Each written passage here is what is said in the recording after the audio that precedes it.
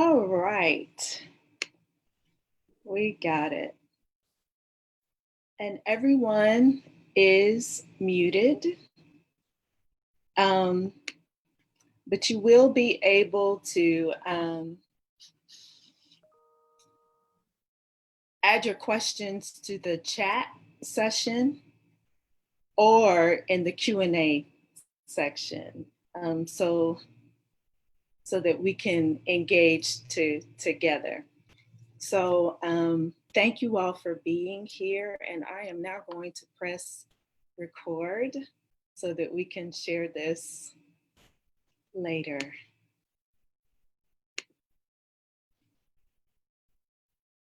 Okay, so thank you all for being with us this evening in our discussion on spiritual health.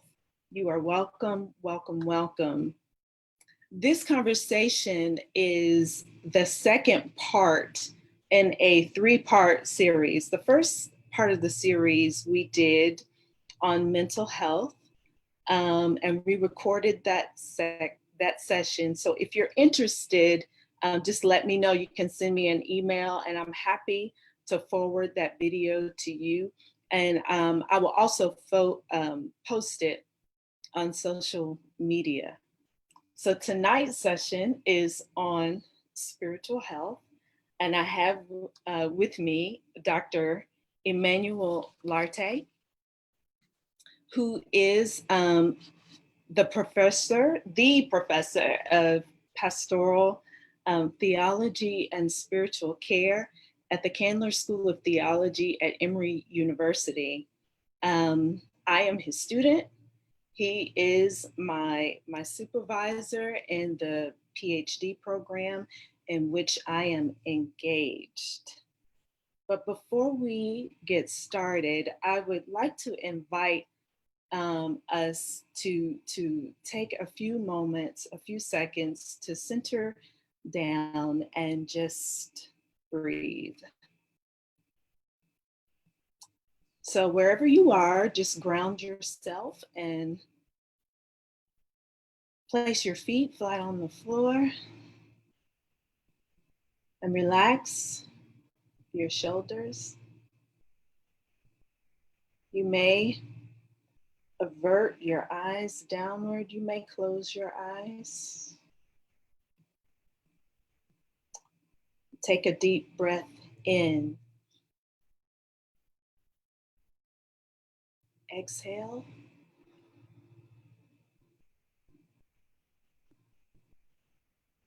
Deep breath in.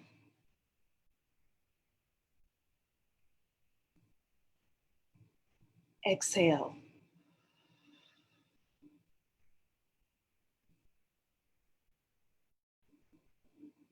Inhale.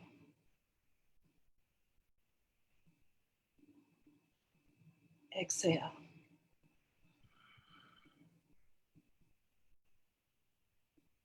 One last time. Inhale. And exhale.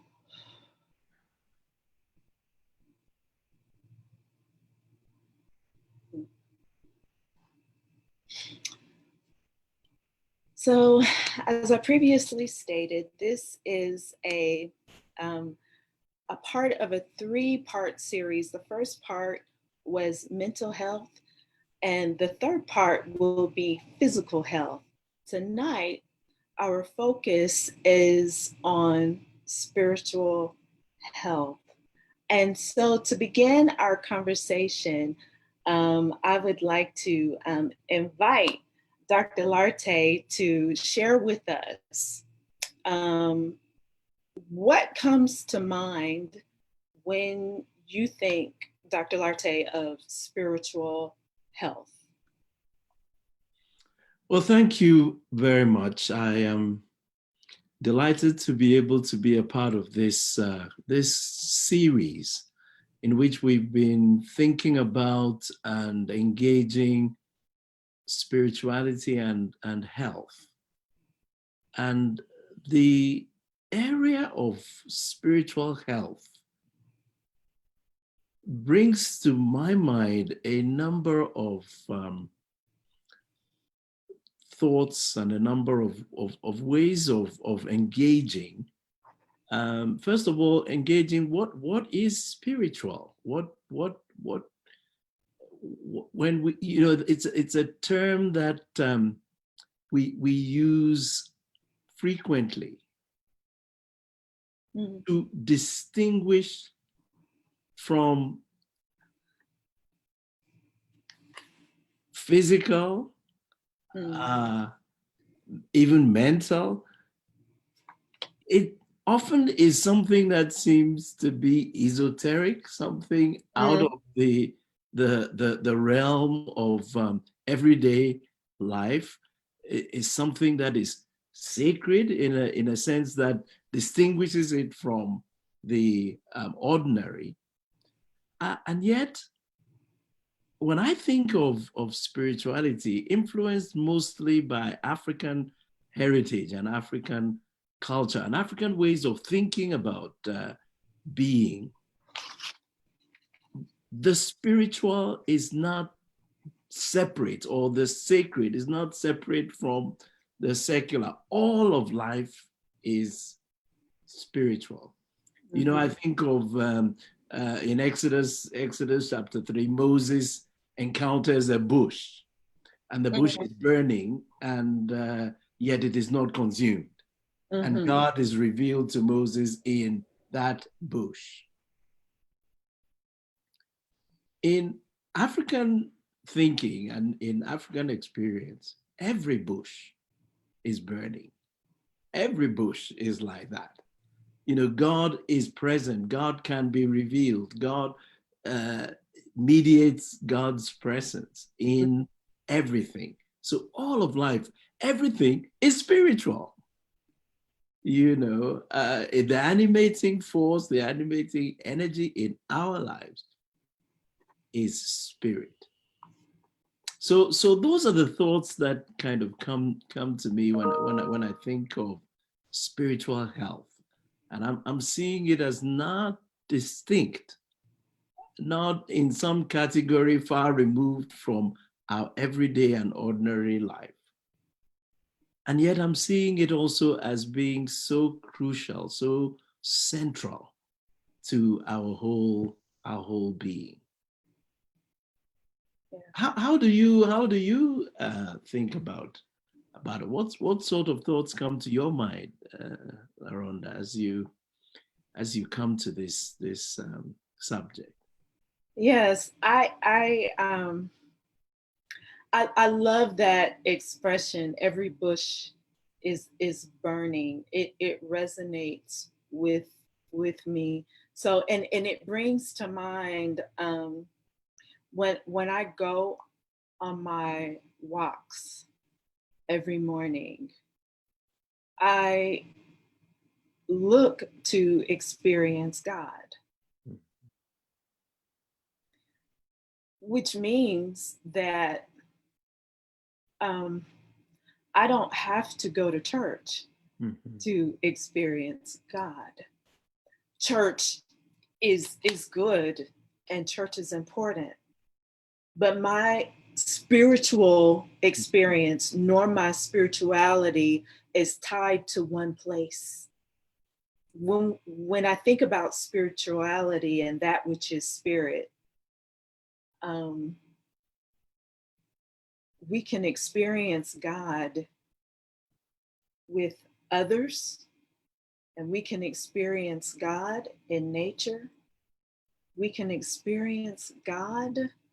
I'm here in my prayer space this evening, and I've had many experiences with God right here. So I completely agree with what you've stated. Every bush is burning.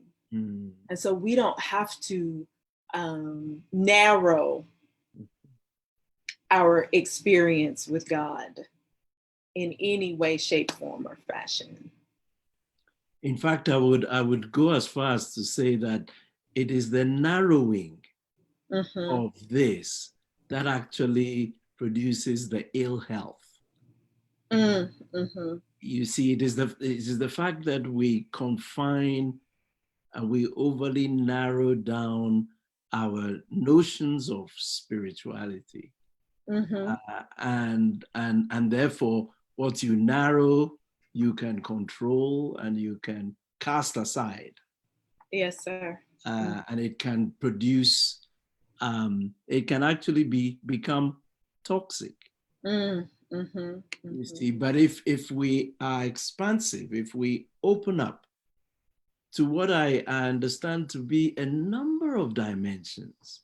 Yes. You see, in what you were saying, I talk of spirituality as being basically, and this to me is actually so central. It is about relationship. Mm-hmm. What is spirit or spiritual about us is our capacity to relate. Yes. You see, I mean, often, and I've engaged in study and discussion with people, we tend to often speak about what is spiritual as having to do with making meaning or making sense. You Mm-hmm. know, when we do that, what we are doing is we are making spirituality into another conceptual, cerebral, making meaning, something in our heads. Right. Uh-huh. You see, but I think that that takes us away from spirituality, because spirituality is much more existent, is much more a being thing, and it is about relationship. It Right. is it is our capacity to relate. And I speak about it in terms of, relationship with, in 5 dimensions, relationship with God, Mm-hmm. relationship with self, relationship with an other, Mm-hmm. relationship with others, and relationship with nature.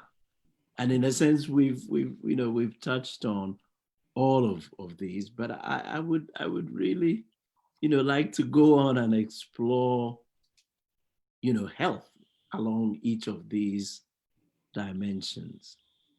Right.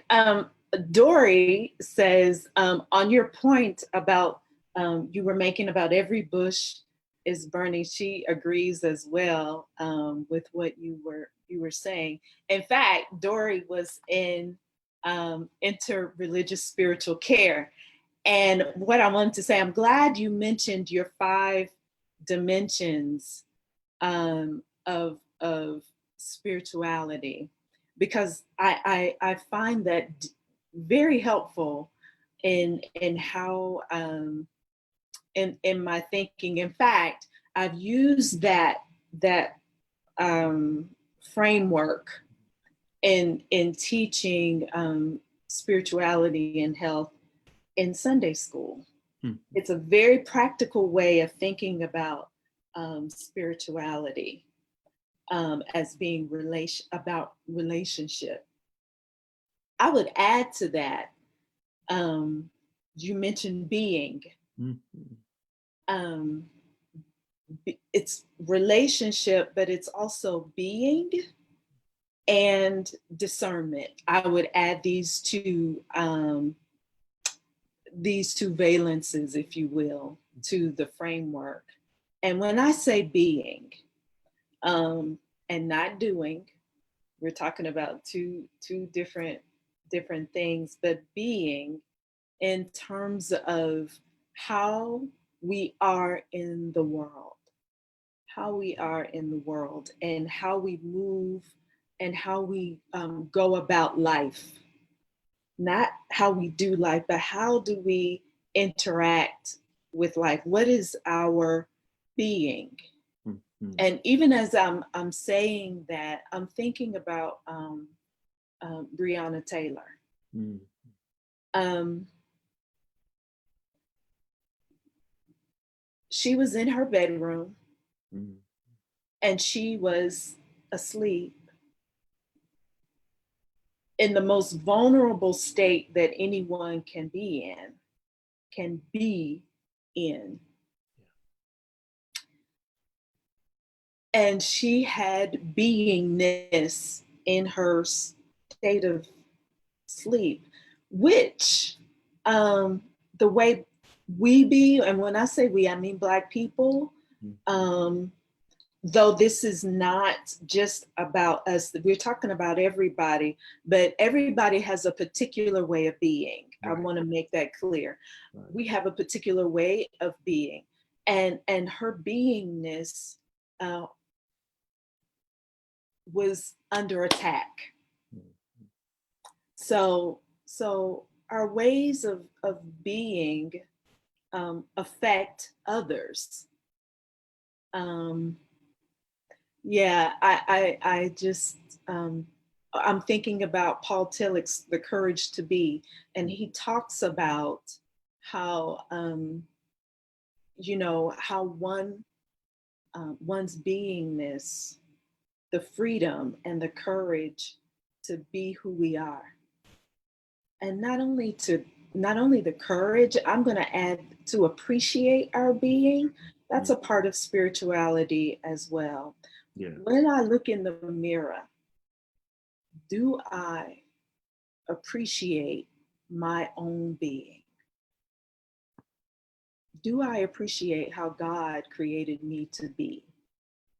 And then when I think of discernment, I'm thinking in particular about life and death. Discernment as the ability to determine what gives life or what facilitates life, and then what facilitates that which is death dealing. Mm-hmm. Mm-hmm. Yeah. I really, you're taking us to consider being. I'm really, I find that really very, very helpful and really actually quite crucial to understanding spiritual health, because it's very much our beingness, right? That we are in the image of God. Yes. We are beings who are being. Mm-hmm. Yeah. And it is in our beingness that we are spiritual. Yes. So Pierre Teilhard de Chardin says we are not human beings having a spiritual experience. We are spiritual beings having a human experience, but it's about our being, and your image of Breonna Taylor, mm-hmm. Goes to me to the heart of, when our being, our manner of being in the world is a problem. I'm now speaking about Black people. When our being in the world mm-hmm. is perceived to be problematic. Mm-hmm. That does something to us, but it also does something to those who would cause harm. Yeah, and treats us like as if we are not human beings. Right. Yeah. So the ill health mm-hmm. is related crucially to this notion of being. Who are you? Who am I? Mm-hmm. Who am I in the world? Yes. And that has to do with my gender, my personality, my manner of life, but it also has to do with how I'm perceived. Yes. And how others, kind of relate to me. Now, I want to push that beingness also into rootedness. Mm-hmm.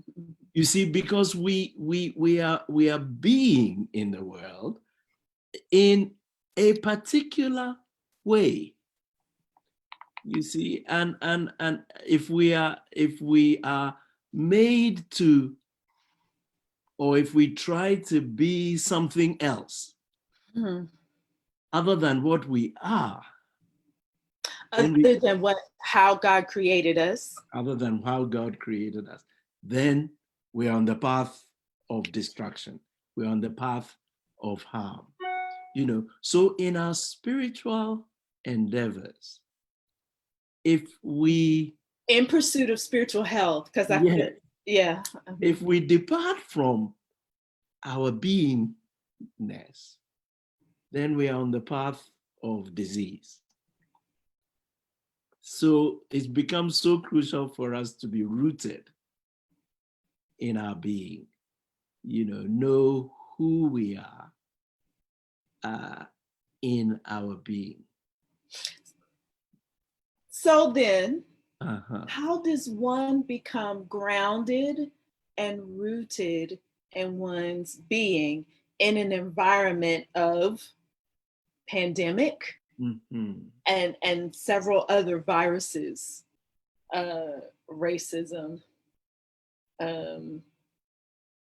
sexism, ableism?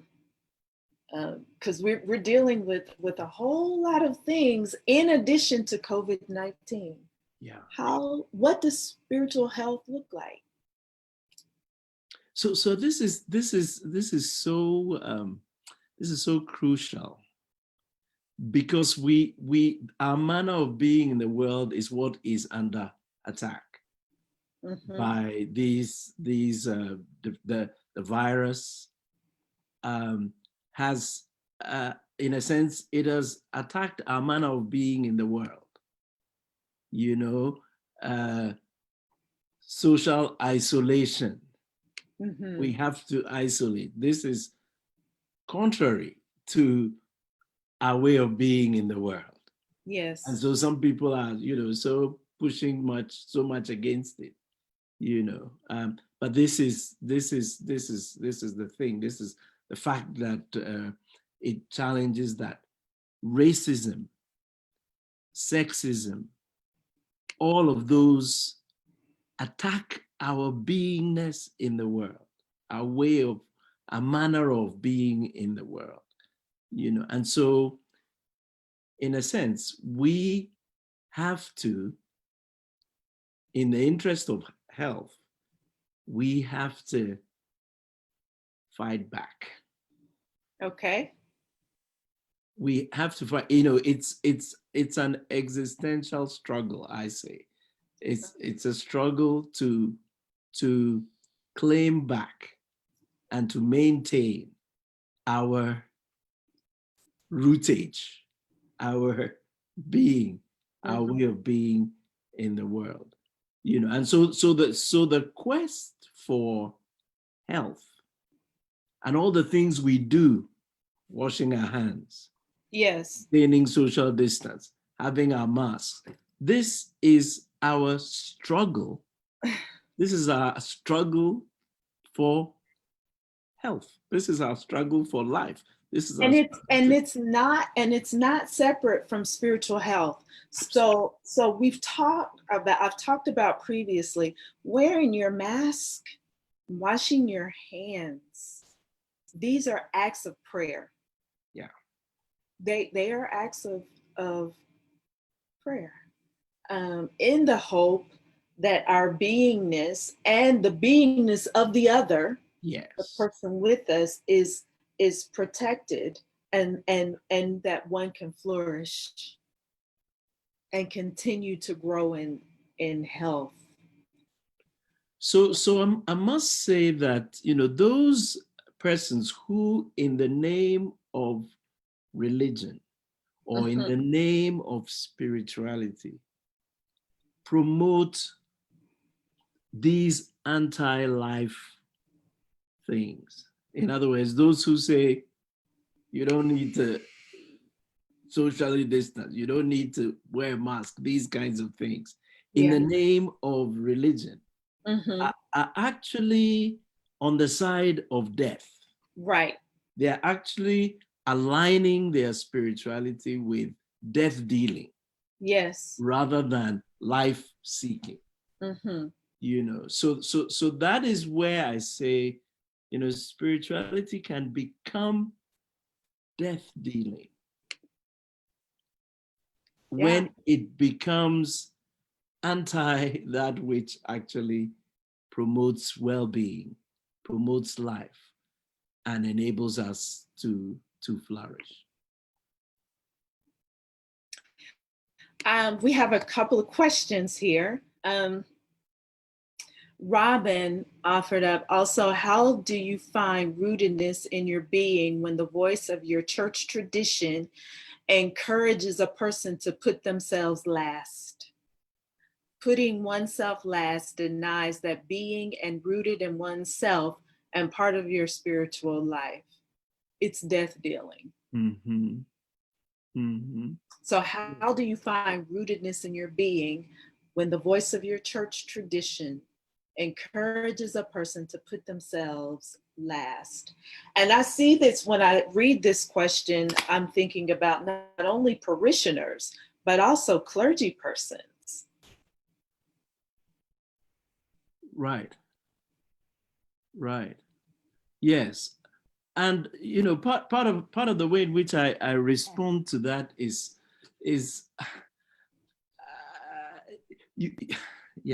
it's hard to recognize that sometimes the church traditions, what the church will promote as spiritual, can actually be death dealing. Right, which leads to Dory's question. Yeah. Mm-hmm. You see, that is it, that a tradition can become so turned up on itself, right? Yes. That it's spiritual, what it deems to be best spiritual practices, Mm-hmm. and what it teaches, Yeah, can actually be death dealing. How many mystics were not put to death by the church? How many people, in quest of an expansive and a deep relationship with God, how many women have not been denied their selfhood? yeah. I mean, how many churches do not deny women their selfhood, their calling, their fulfillment, thinking that that is what is the most spiritual? Right. You see, so yeah, so in order to seek spiritual health, we will at times, hear me, we will at times find ourselves protesting, lamenting Mm-hmm. the way of our tradition, the way of our church, the way of our, but that is precisely where our health lies. Yeah. Our health lies in the lament and in the protest against those forces that have been institutionalized, that are actually death dealing. And they are most death dealing when they claim religion and spirituality. Right. I I agree. Some there are groups who demonize protest and lament. When these two practices, and I do count them as spiritual practices, Mm-hmm. are biblical. Lament and protest are throughout the Psalms. Right. If we read Right. the Psalms carefully, the prophets lamented and protested. Jesus Absolutely. lamented and protested. So these are absolutely spiritual practices Yes. that and we have to be careful. They do facilitate life, but they can be adulterated. Yes. Yeah.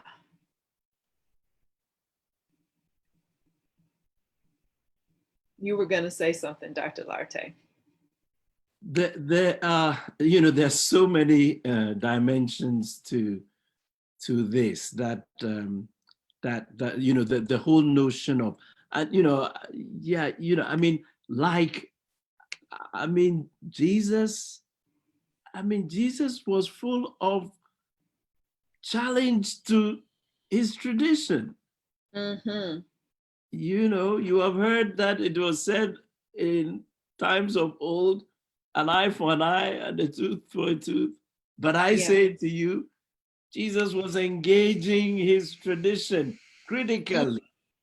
He was challenging You the know, Hebrew text. Mm-hmm. so why don't we, why do we feel that when we followers of Jesus today challenge our tradition, we are doing something anti-Jesus? We are not. Jesus taught us to be critically engaged with our tradition. Jesus was critically engaged with his tradition. And he was, in a sense, calling his tradition to a higher way, Yes. a better way, the way of love, Mm-hmm. right? So yeah, so it's important to recognize that the struggle for life, Yes. along all of these dimensions, the struggle for right relationship, is what health is about. So spiritual health is about a struggle for life, a Yeah. struggle for a deeper and a better and a higher way of relating to God. I You know, love the way you say that. A higher way of yeah. relating to God and relating to one another. I want to say a little bit about relating to self, Mm-hmm. because you know, and I think this is also kind of, I feel this is also in the question, I think it was Robin was asking, you see, about, you know, traditions that put ourselves down and put us, you know, like ourselves should be right at the back. Yeah. You see, self-awareness Mm-hmm. and self-consciousness is as crucial to spirituality as God awareness and God consciousness. Yes. You see, I mean, when Jesus, for example, was asked about the great commandment, you know, he was asked, what is the greatest commandment? And he said, love God with your heart, mind, soul, and soul. And then he offered, love your neighbor as you love yourself. You know, so he made the love of neighbor conditional upon love of self. Absolutely. You Yeah. know, so anybody who begins to teach that love of neighbor transcends love of self is not actually that's not actually the teaching of Jesus. Right. The teaching of Jesus is love yourself, and you will be able then to love your neighbor. Treat yourself well. Yeah. Respect yourself. Respect yourself, right? Consider what yourself needs, and then that will be the fuel that will enable you to love others as you love yourself. So if you don't love yourself, you can't love your neighbor. You know. So this is one of those things where we put the cart before the horse when we think that it is saying, put yourself away. It's not saying that at all. It's actually saying develop a healthy self-love, because it is that which is going to fuel your love of others. So how is it that we have come to believe that self-sacrifice or self-denial Yes. is holy? Right. I think that it is a misconstrual of what self-denial is. Mm-hmm. One cannot deny that which one does not know. One cannot deny that which one is not aware of. Okay. Right? So self-denial means I recognize myself. I know myself. I am aware of myself. I am able to place myself in a particular place by choice in order to pay attention to another, right? In order to, in a sense, give what I have to another. Mm-hmm. But it is not, self-denial is not that I kill myself or I put myself in to death. Or exhaust myself in serving Right. others. You see, self-denial means I recognize my legitimate needs, my legitimate, and I pay attention to them and put them to a side at times for particular attention to others.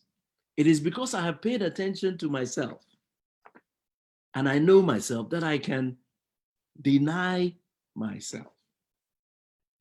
When appropriate. Denying myself does not mean destroying myself. Mm-hmm. Mm-hmm. It means putting my legitimate and recognized interests and desires to a side. Not that they are never to be, in fact, we can't even do that if we do not recognize what they are. So yeah, so This is that discernment piece. so it absolutely. Say a bit more about that, because I think that there's something in there that I was longing to hear. Yeah. So I'm going to say this piece, and then I want to read a comment that Constance put up on Facebook. But discernment. So I said that discernment is the ability to recognize, among other things. I'm not saying that this is all of discernment, Yeah. but when we talk about spiritual health, discernment is the ability to determine what gives life and what is not so helpful, or what is death dealing, and not only to others but to ourselves. So when we are faced with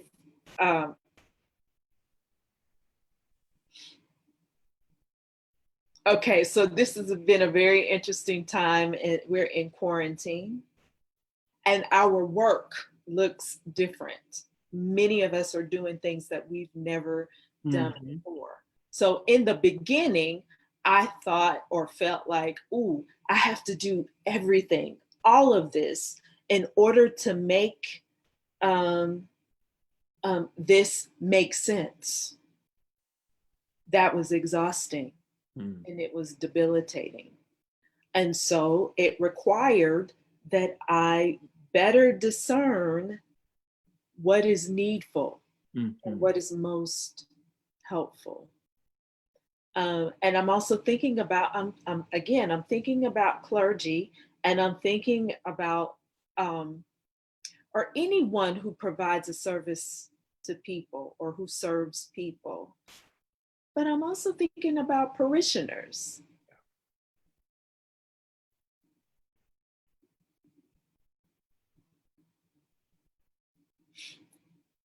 If we are discerning that we need to go to church in this climate, I have to question our spiritual health. Mm.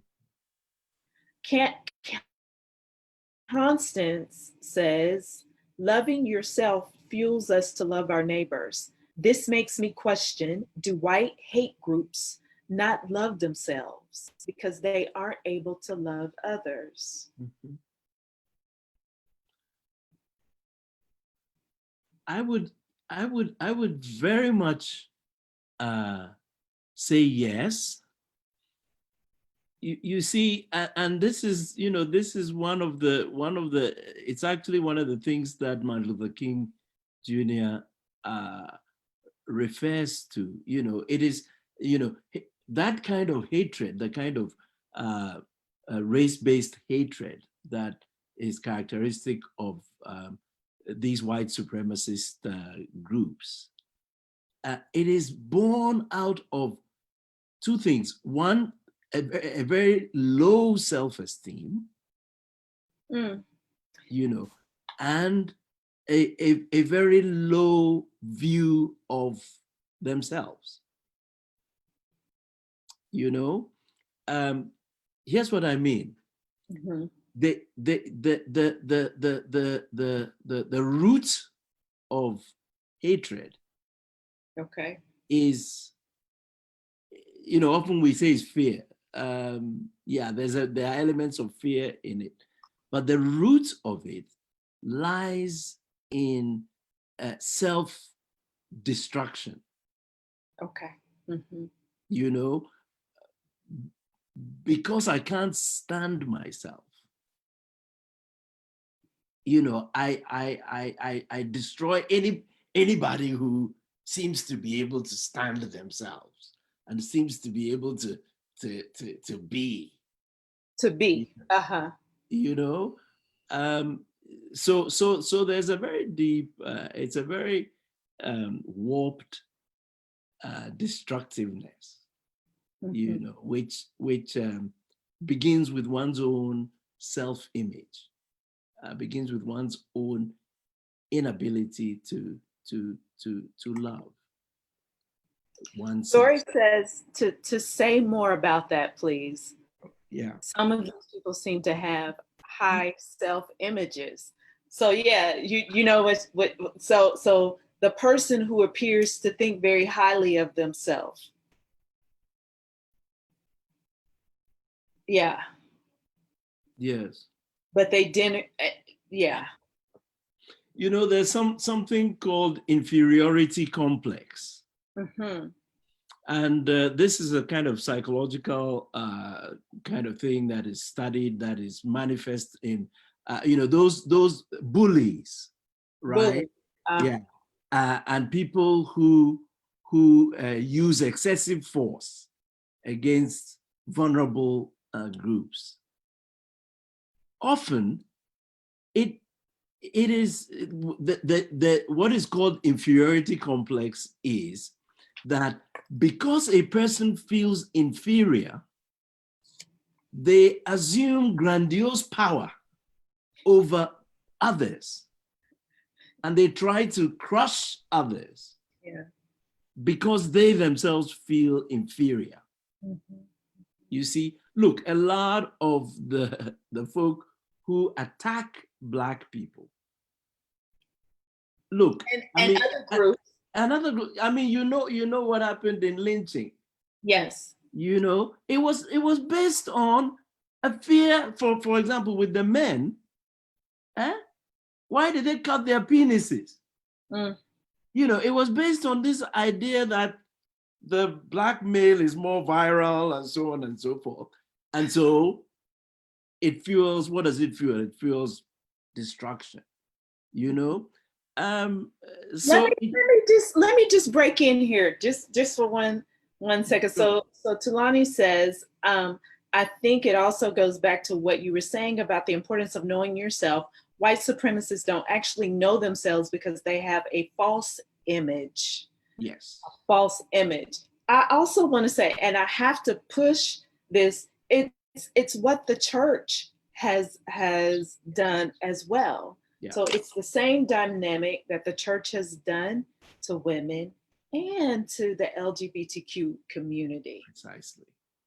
So we have to name and talk about the spiritual health of institutions. Yes. Yes. Yes. Yes. Yes. Yes. So this I think is Tulani is saying false self-image. Yes. Right. This is what it is. It's a false consciousness, a false self-image, and it's born of deep insecurity. The bully is often the most insecure. The violent is often the most insecure. Those who are strong in themselves don't need to beat anybody. Yes. You know, the strength that is within enables one to, I think of John Lewis. Yes. You know, such strength that you know, non-violent. absolutely. Yeah, you don't need to throw your weight around. If you have any weight, you don't need to throw it around. Right. So this is it. And yes, so institutions can become in that way, can become so, have such low self-esteem, have such low views of themselves that they assume power and they try to control everything and everybody. Yeah. You know, and so the challenge of institutional health is for institutions, for groups, for communities to be built up, empowered through a more healthy self-image. You see, you know, you do not, if you have a healthy attitude towards yourself, you don't think of yourself more highly than you ought to think, but you don't think of yourself also more lowly. Right. You ought to think you are created in the image of God. In the image of God. That's sufficient. You are enough. That's enough. I don't need nothing else other than the recognition that I am a thought, I am an expression of God. Yeah. Uh-huh. You know? So then we have 5 minutes left. Oh, okay. And this very rich conversation. This hour has flown by, but I just, so then how do we increase our spiritual health? How, particularly in light of these viruses that we are faced with? Being mindful that practice or doing is not being. The practice is in service to the being. Let me say three things very quickly, given the time. One is, I think that those disciplines that help us to be more self-aware, right? So disciplines like meditation, contemplation, contemplative, those kinds of disciplines that enable us to become a little bit more at ease with ourselves. Begin to appreciate ourselves, begin to to develop a sense of one's worth, dignity, value, and so on. And the virus has sent us all home. We are in our homes. We have opportunities, to do that. We also have challenges because sometimes we are in spaces with challenging circumstances and challenging people. Some of the people with whom we are most close are also the people with whom we have suffered the greatest, but we have the opportunity to spend a little bit more time raising our awareness of ourselves in relation to God. This is the second thing. In relation to God, we need healthy relationships with God. That means trust. And, this is a time when that is under challenge, trust. Can we trust God? So ways of developing that would be the second, with God. And then I think the third area is rather like what we're doing here this evening. Let's talk to one another. Let's share with one another. Let's converse. Let's speak with one another, and let's allow each other to share out of our own experiences. Because I think it is in the sharing that we learn together. Yes. And that we can be strengthened together. I have learned a lot through hearing somebody share about their experiences and then to realize, wow, okay, so that person is experiencing some of the things that I'm experiencing. I'm not crazy. Yeah, I'm not crazy, and I'm not alone. I'm not alone. Not alone. Yeah. Yeah. I want to read, so going back, how do we help institutions? How then, because I think the healthier we become, the healthier the potential for institutions to become more spiritually healthy, even if these institutions have to be torn down and rebuilt. So Byron says, what does that look like at an institutional level? Is this about executives alone? Mm-mm. Yeah, I wouldn't say it's about executives alone. What we want to do for institutions is increase institutions' capacity for self-criticism. Yes. You see, we want to, I think that our efforts with the institutions that we participate in is very much that of like we would be self-critical. We also ought to help our institutions to be self-critical, because there's no other way to grow, to develop. So the criticism of our institutions is healthy, and we need to help our institutions develop the ability to hear different voices. That's and right. to evaluate. Mm-hmm. We often speak of